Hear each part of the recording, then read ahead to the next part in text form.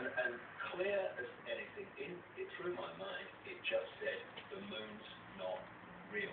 The moon's not what you think it is. And I've been in this week so many times, it's like, okay, we'll go with this and see where it goes.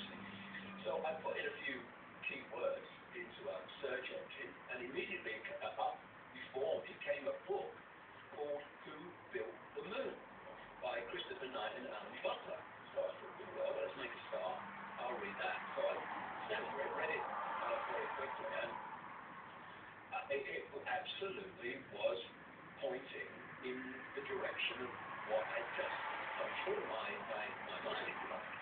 And you know what it's like? It's very much going back to what I've just been talking about. When you come into this world, you tend to accept that what is here is how it is. This is how things are. This is one reason why, we, the generations who've seen a different world to this one, are very, very important and have a very great responsibility, because we, to some extent, have the ability to see how things were and to how they've become. People being born into the world now, all this control and stuff, it's right, this is how it is.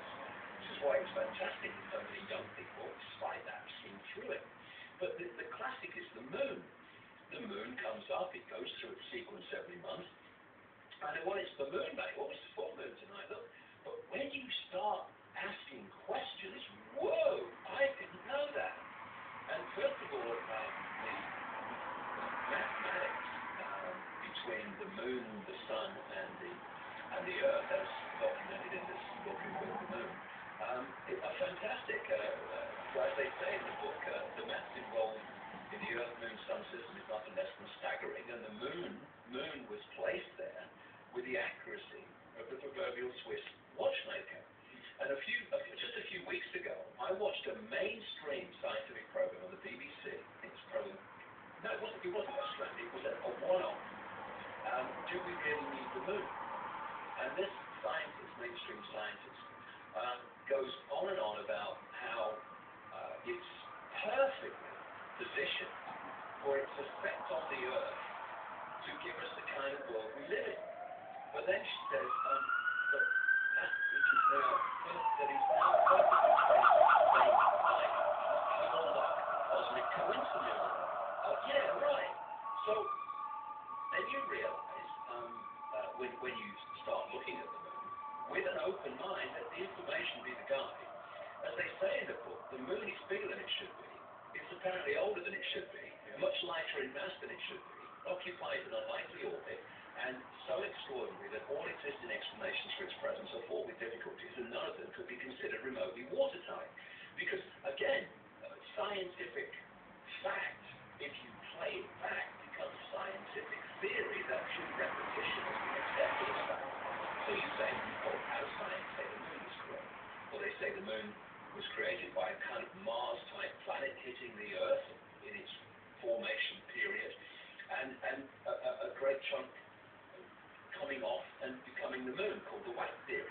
When that didn't follow through in terms of the physics and the logic of it, they came up with a double Watt theory, where the planet smacked into the Earth and then came back and got another smack.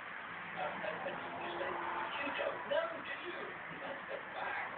I go to scientists say, well, scientists say a lot of things that have been proved wrong. And then you start looking at the size of it.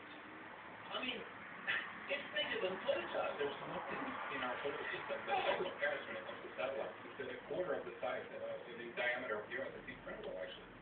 2,160 miles in diameter, and some scientists talk about a twin planetary system, not even a planet-moon system. And then you start looking at what some scientists have said when they've looked at the moon, like a guy called Erwin Shapiro from the Harvard-Smithsonian Center for Astrophysics. Great quote. He says the best explanation for the moon is observational error. The moon doesn't exist. And that's the scientist said it seems easier to explain the non-existence of the moon than its existence. And then you start looking at the way the moon has reacted when it's been specifically hit by NASA after they put seismometers on there. And they say that it rang like a bell. And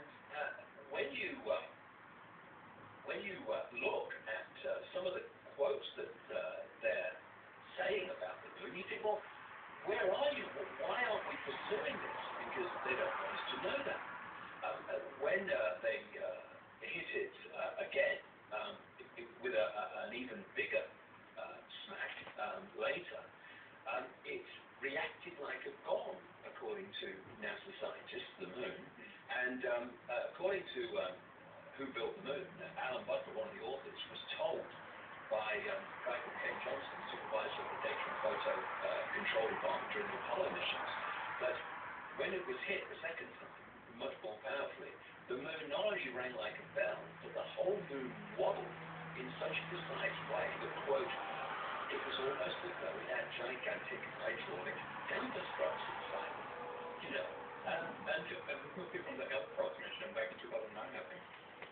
Well, they've been playing this out over many years and decades, and you know, as you well know, in around 1970, two scientists from the Soviet Academy of Sciences wrote a detailed article saying that they thought the moon was a gigantic spaceship, and when you also look at what some of the scientists have said with regard to why it vibrates and reverberates as it does and rings like a bell, is the idea that it might be hollow.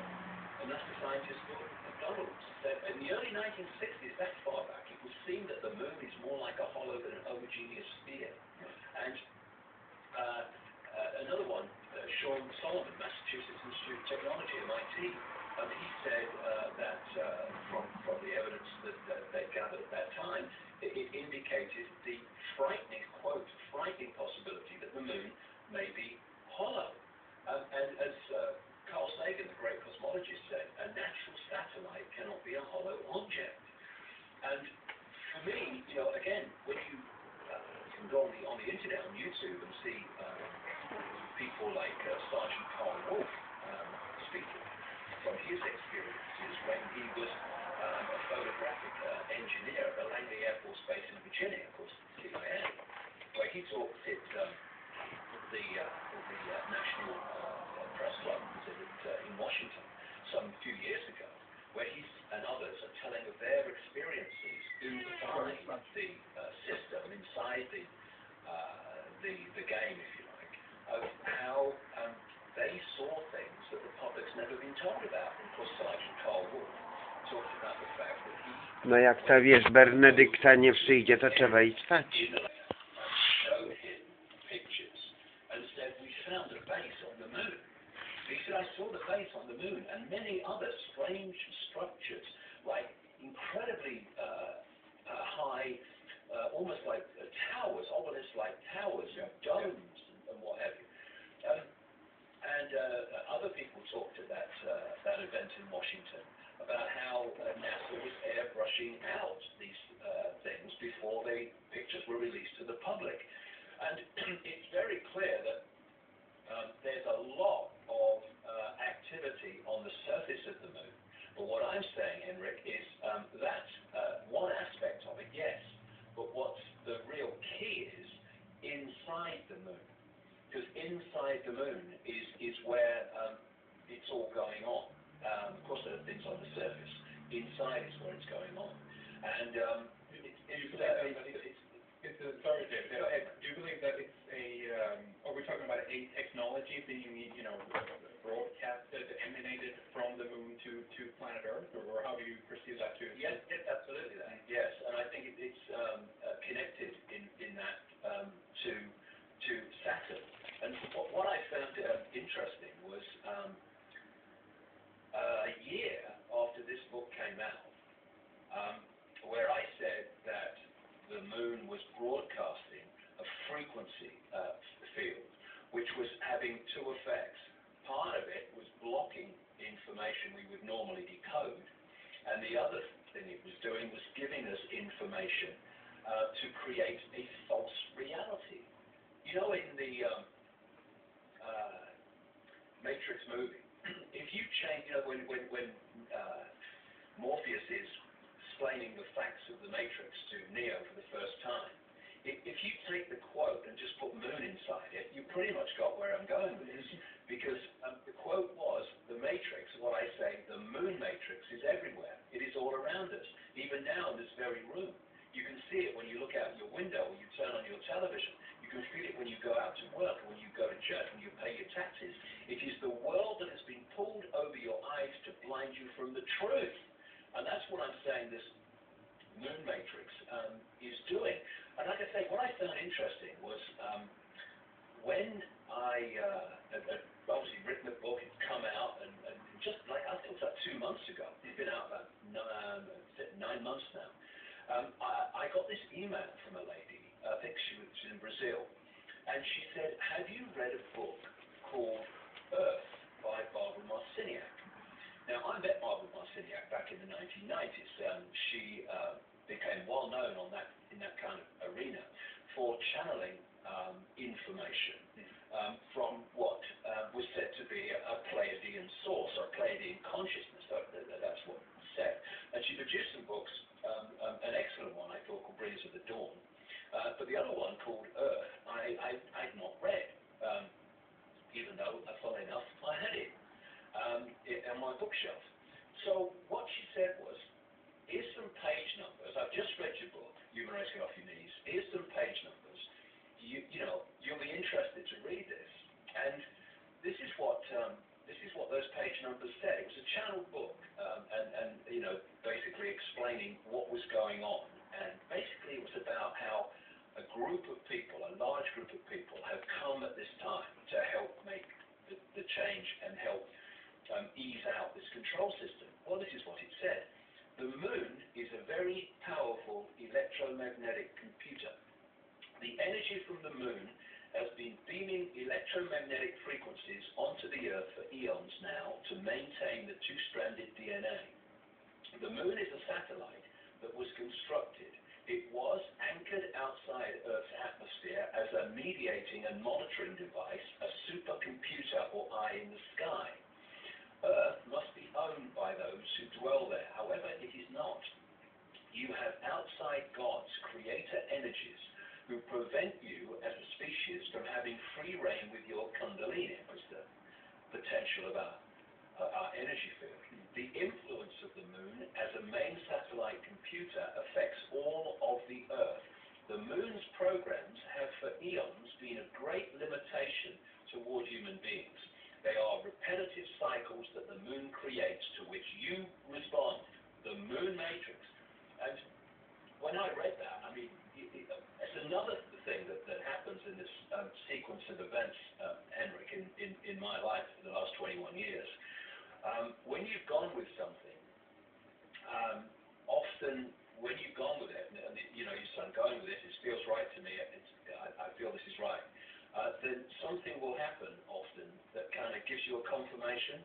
Yeah. Just says, yeah, see, look, it is right. And that's what I kind of hit me when I read that, because what I just read from that book is, as you will know, it's in what I'm saying in my book. And it was such a powerful kind of word. Wariatów nie brakuje. We're going in the right direction here. Not that everything is 100% right. We're trying to uncover something that doesn't want to be uncovered. I mean, crikey.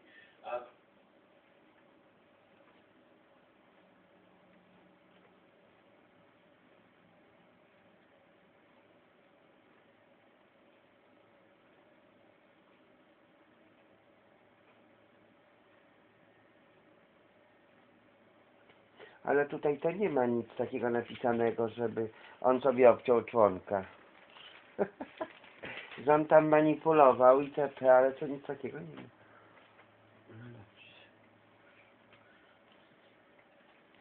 Także zwyciężył z szatanem.